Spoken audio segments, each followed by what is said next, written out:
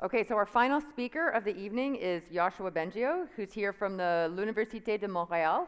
And he's been very influential up there in Canada in terms of both neuroscience and also artificial intelligence, and indeed around the world as well. And his talk is very aptly named tonight, Bridging the Gap Between Deep Learning and Neuroscience. So let's welcome Dr. Bengio.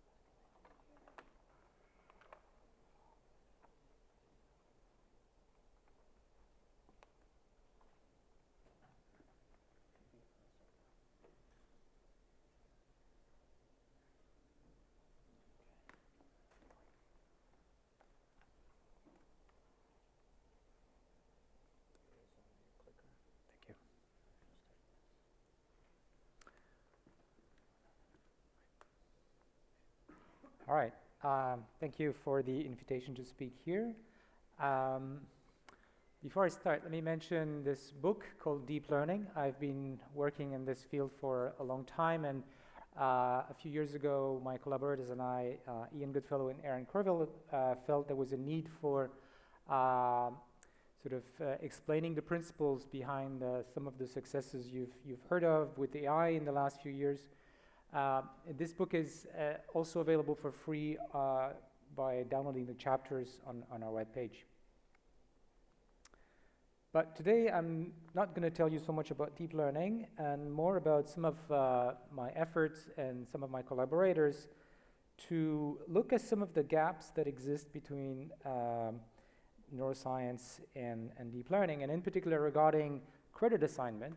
One of the workhorses of deep learning, the reason we're having so much success is a very simple idea which has become really important in AI already in the early 80s, so-called backpropagation, which is a way to tell neurons inside a big network how they should change so that some global quantity that has to do with what we want the network to do gets optimized. And so it's become even more the case in recent years with what's so-called end-to-end training, that this kind of computation has shown to be very important to achieve the sort of performance that we see in systems that understand images, sounds, and to some extent can generate or understand language. The problem is that for many decades people have thought that backpropagation was not biologically plausible. And so this raised the question of, exactly what are the issues, and can we find analogs of backpropagation that would be more biologically plausible? And this is still an open problem. There's been a resurgence of work in the last few years to try to answer this question, and I'm going to tell you a bit about some of those things today. So if you know anything about backpropagation, you might have noticed that in backpropagation, the computation to propagate errors backwards is actually linear, in the sense that it's just a linear combination of errors multiplied by factors which themselves depend on the activity that was computed by the network in the prediction phase. So where's this linearity going to come from? We probably don't have linear neurons. It's going to be like a separate network that does the backpropagation. It doesn't seem very plausible. And then, of course, what's the role of feedback connections, lateral connections with these typical backpropagation networks are feedforward, and of course the brain has a lot of feedback. Okay. One other thing is I want to mention is that a lot of the approaches that have been considered for credit assignment in neuroscience don't scale. They're based on things like random perturbations, where you try to correlate a change or a random change that could happen at the level of a synapse or a neuron with a change in the objective that we're trying to achieve, the prediction error, say, that you want to minimize. That works well, actually, on a very small network, but it doesn't scale at all on large networks for reasons that are pretty clear mathematically. Well, sorry about this. So in the last few years, say about the last 4 years, we've been looking at different approaches to try to come up with something a bit more plausible, but keeping some of the main properties of backpropagation. It started with something that we call difference target propagation, which, so this is with one of my students, Dongyun Lee, which looks at the idea that maybe what feedback connections are doing is providing a sort of target signal for units upstream, and then I'm going to say a few words about this other work published just last year, but really we did about a couple of years ago, which shows a connection between spike timing dependent plasticity and rate-based formulas that are more convenient to work with and have to do with the temporal change in the activity of a neuron as encoding error. Then I'm going to tell you about some more recent work, mostly with Benjamin Sellier, on what we call equilibrium propagation, which tries to address some of the issues that I mentioned with biologically plausible implementations of backprop. And I'll finish with some more recent work where we try to address some of the issues with our equilibrium propagation, dealing with the constraints of symmetry of the weights and also having to wait for convergence of the recurrent network. So that's the plan. So first, quickly, the stdp connection. It turns out that if you consider weight changes that follow this formula, which says the weight change is proportional to the presynaptic rate of change. So S here would be the activity of neuron, Sj would be activity of neuron J, and rho would be the corresponding firing rate. And you multiply that activity with the rate of change of the firing rate on the postsynaptic side of the synapse. Then you actually, and then you take those firing rates and you convert them into spikes. Then you get a relationship between spike timing and weight change, which is very, very similar to what has been observed with stdp, which suggests that maybe the spike timing isn't the important thing, but more the fact that you have these temporal changes in rates, which may be encoding the important information here. So later I'll be telling you about different approaches, which and many of which have these kinds end up with these kinds of learning rules that are related to this. Now, one of the really important ideas that got us started into building something that's closer to backpropagation, and also more biologically plausible, was a study of a very simple kind of recurrent network in which you have both feedforward and feedback weights, a kind of network that has fixed points, so we think about where the dynamics is bringing the network. These kinds of networks have been studied already in the 80s. And we think about how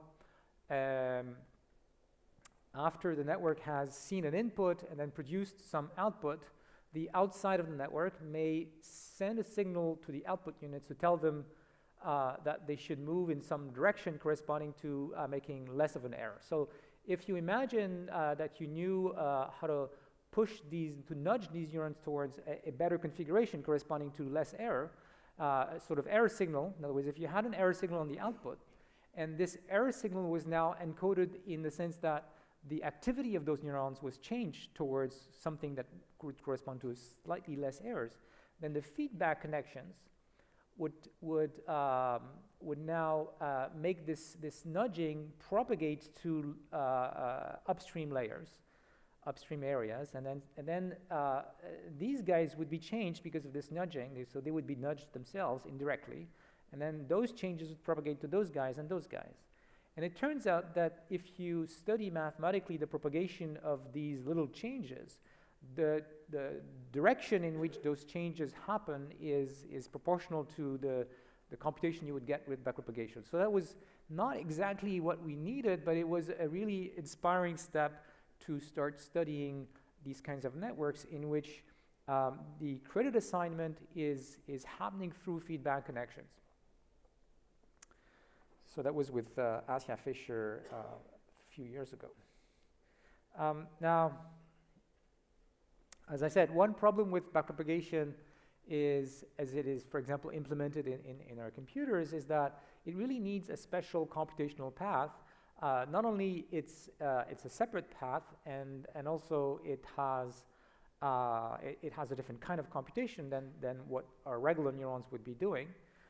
So we're trying to fix this using the same kind of networks I showed you before, in which, as I said in the previous slide, the error information is going to be encoded in the temporal change of the activity of neurons.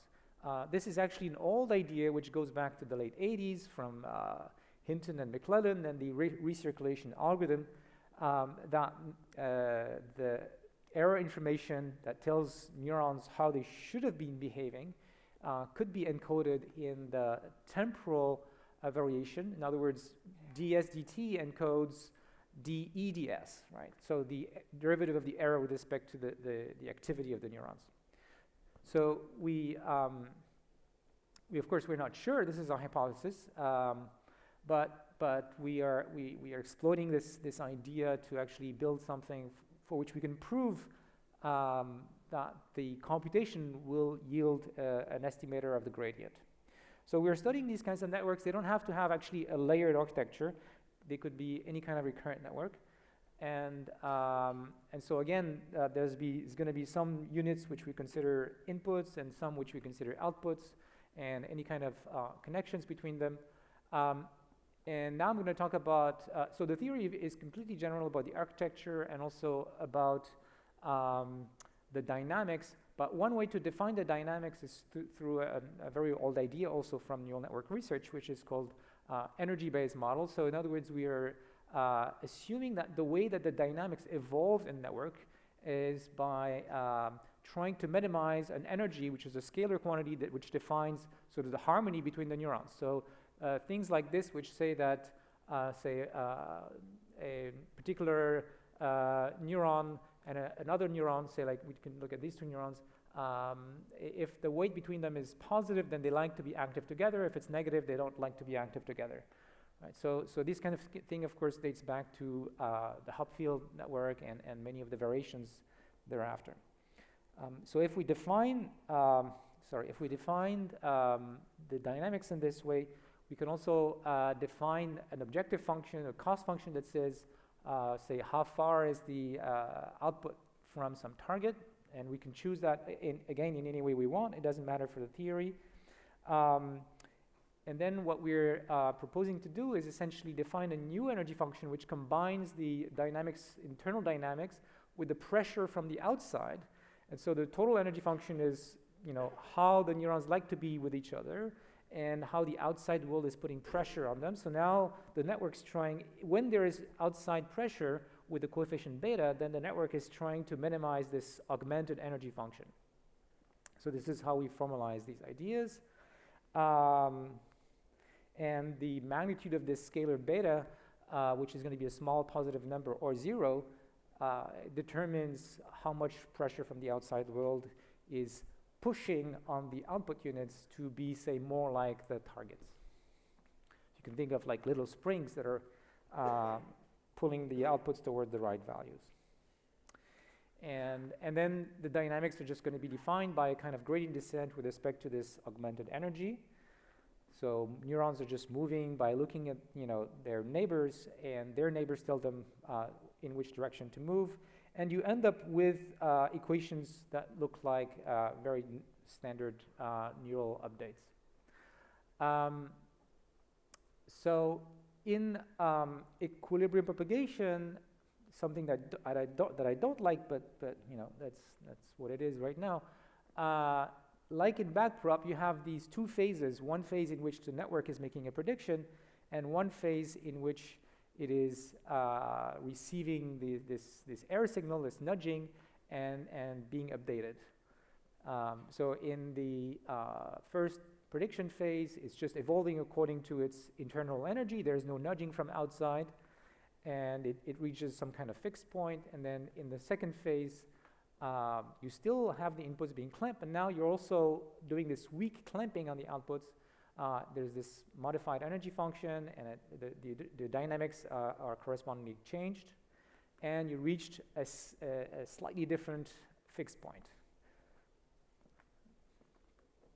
So it turns out that in the case of the Hobfield-like energy function, but you could do it for any energy function, you can come up with a formula.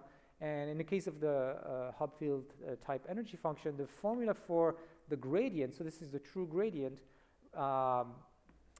actually looks very reasonable from a biological point of view. It involves something that's maybe Hebbian in one phase and anti-Hebbian in the other phase, or you can also rewrite this in terms of gradual changes in which you look at, you end up with the same kind of formula that I showed before, where you look at the rate of change actually of the pre times post activity.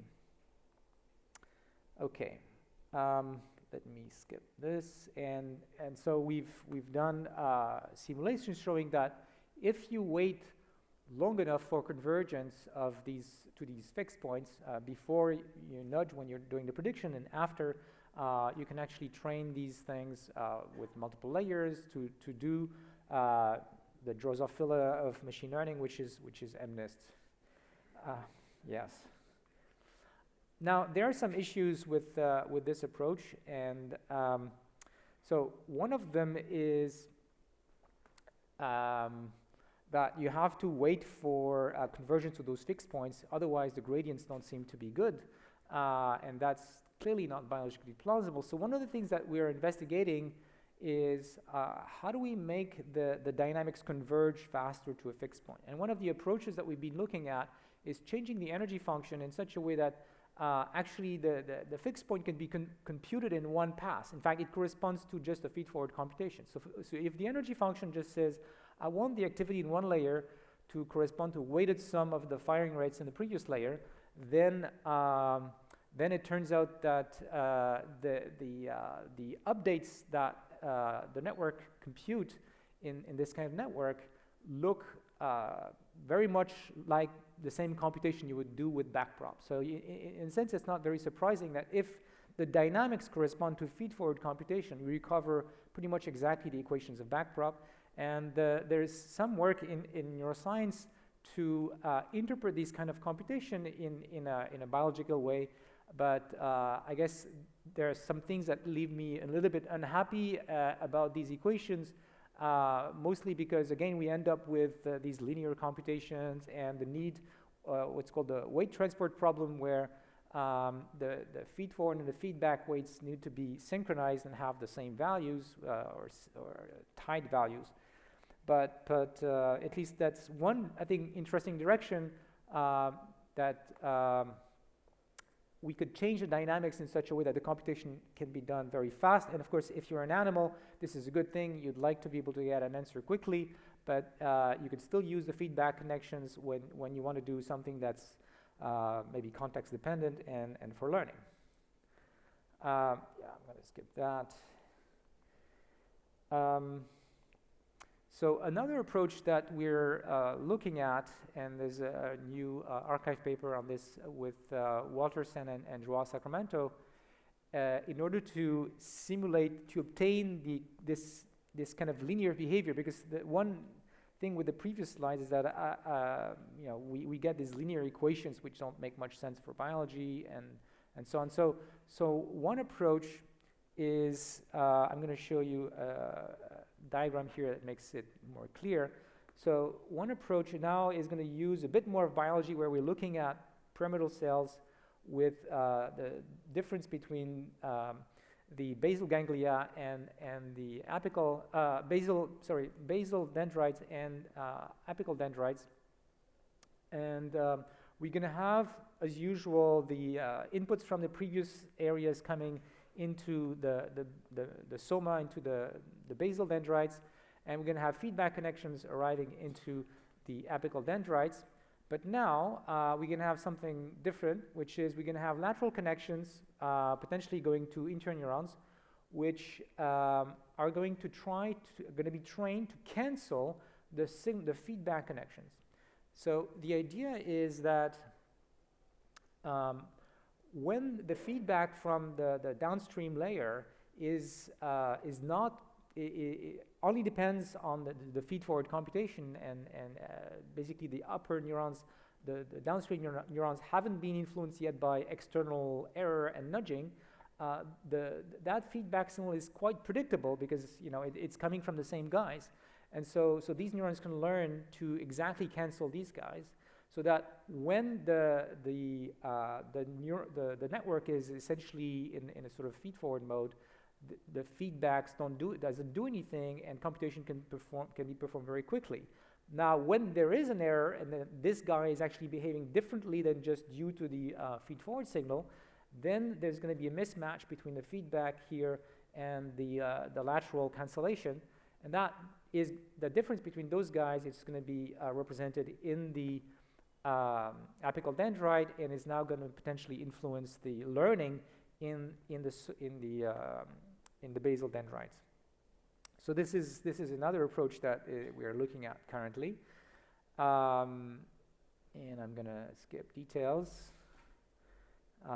We also have some math showing that if everything goes well, again, you can recover backpropagations, and there are different variants of this that I'm working with students Thomas Ménard and Gaëtan Vignoux, but allow me to skip a lot of these details. So I can tell you about some more things. So one of the issues that I mentioned is that pretty much all of the methods I've talked about up to now, including the classical Hub-field nets, require these symmetric weights, meaning that the feed-forward weights and the feedback weights need to be synchronized to be the same in order for the computation to really estimate the correct gradients. And of course, from a biological point of view, this is very, very implausible. I mean, how could two synapses that are pretty far apart make sure that their values are the same? And in fact, you don't always get exactly if there's a connection from neuron A to neuron B, you don't always get a connection from B to A. So this whole thing just doesn't work. Now the good news is that there are different clues that maybe this is not such a big problem. One of the first clues came from the work of Tim Lillicrap and the collaborators that showed that if you just set the feedback weights to constants that you never change, it looks like you're able to train some of these deep nets with this pseudo backprop signal in a reasonable way. I think there's some issues with this, but the fact that it's working at all is surprising, and also means that at least you don't need to have exact symmetry to get something that backprop can use. And the reason it seems to be working mostly is that even though, say, those guys have the wrong value, what happens is that those guys will learn to somehow align with those guys. So that's why they call it feedback alignment. Another thing that's interesting is the work on autoencoders. So I've been working on autoencoders for a long time, and there's both experimental results, I mean, our experiments, so that's simulations, and theoretical results suggesting that if you train the encoder, the feed forward and the feedback weights to minimize a kind of reconstruction error. In other words, you train those guys to predict the value of those guys before what value was sent through the circuit. In other words, they are each trying to predict each other. Then the weights will tend to converge to something close to symmetric weights, and so that's kind of encouraging. So we are generalizing the work that Benjamin has been doing with symmetric weights to networks that can have arbitrary structure, but without any constraint of symmetry, and without even any constraint that you need to have, if there's a path from A to B, that there should be a path from B to A. But the network is sufficiently recurrently connected that there is fixed point dynamics, and it's not a feedforward network. And so, yeah, so we have to, in order to do this, we have to relax a bit some of the assumptions in the earlier work that I mentioned, and I think that's interesting. So a lot of the work that has been done with these dynamical systems assume that what the recurrent network or the dynamics correspond to is minimizing an energy function. So in other words, it's like in hub-field nets where the units are gradually changing towards a configuration that they all like better, and that there is this energy function exists. But actually, I find this hypothesis very implausible because having dynamics that correspond exactly to gradient descent would impose very, very strong constraints in the computation performed by neurons. One way to think about this is that of all the possible dynamics that can exist, the dynamics corresponding to gradient descent in an energy function is very, very special. It would be very difficult to obtain this with components that are not, synchronized, like for example in the case of symmetric weights, in a very particular way. So we need to have theories that can handle more general dynamics. Now we can still think that those dynamics have particular properties that make, say, convergence to fixed points, for example, possible. But assuming that neural computation corresponds to minimizing energy doesn't seem very, very plausible. So we try to we have a sort of a new version of this theory where we don't assume anything like this, but we assume that the network still has convergent dynamics. And instead of having this kind of update rules, which has to do with, well, I'm not going to explain that formula, with how the energy relates to activity, we have an update rule like this, which relates how the dynamics are influenced by the parameters. And again, this actually works, and we have some theory to explain what it works, but I think more work is needed. Now, there is yet another thing that we're working on. Up to now, all of the things I've talked about require, except the purely feed-forward version, require that the dynamics converge to a fixed point. And that doesn't make sense for a brain. Like, I mean, the brain can't wait for all the neurons to agree that, okay, we found like a coherent configuration that explains the input.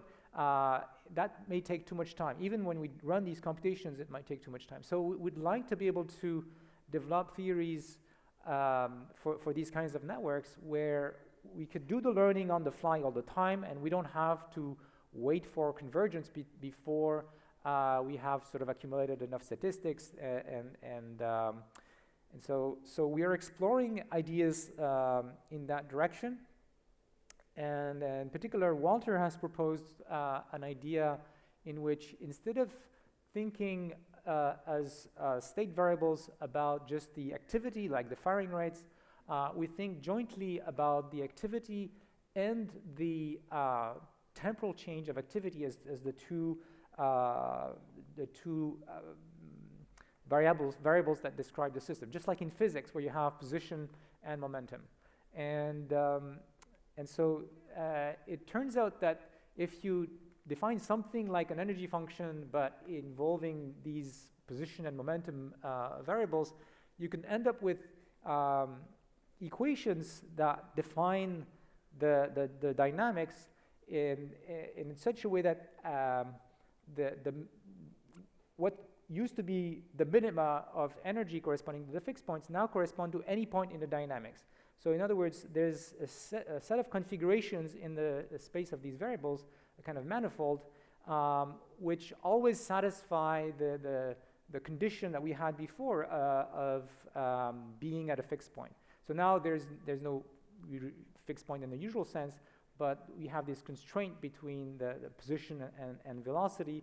And if the network maintains those constraints, then the kinds of updates that we derived earlier could be applied and without having to wait for getting there, because you're always at this mathematical constraint which allows you to compute the updates. Okay, this is a little bit okay, so let me say a few more words about the connection to biology, something that I'm starting to do with collaborators who are really real neuroscientists doing experiments. I don't mean that those who don't do experiments are not real neuroscientists, of course, but you know, more steps removed from the kinds of things that I do. And so really an important question is, how do we test these theories? And there are different ways in which we can do that.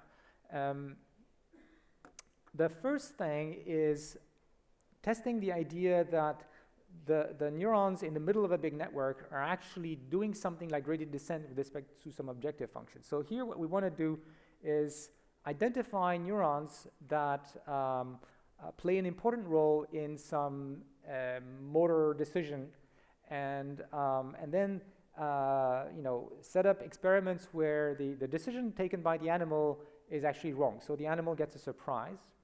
Now what we would expect is that neurons, which is, you know, way far removed from the actual motor neurons that are taking the decision, would somehow get a signal to make it change, to make its synapses change. So actually, these kinds of experiments we can do. We can also test the idea that the way that the error is encoded is in the temporal change of the activity of such neurons. And then we can also test ideas about where that error signal is encoded by looking at the signals and the activity specifically in the apical dendrites that I mentioned earlier. So these are the kinds of things that we're actually designing right now, and we are hoping to test in mice. All right, so I guess my time is up, and I'm going to be very happy to answer questions.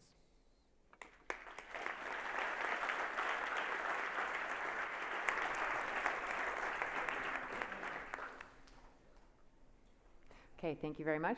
We have time for a few questions. Over here. He's bringing you the mic on the other side. Hi, great talk. So experimentally, how can you test a neuron is actually like learning and being responsible for the output rather than like someone else is learning and this neuron is just picking up the activity of others?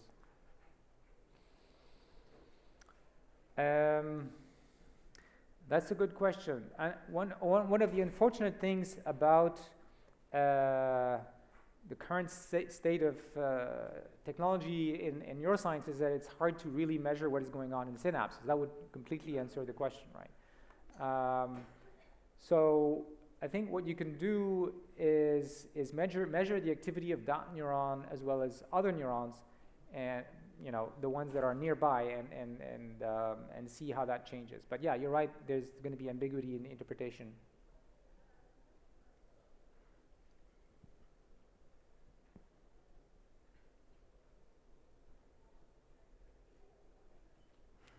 Okay, let's thank Dr. Bengio again.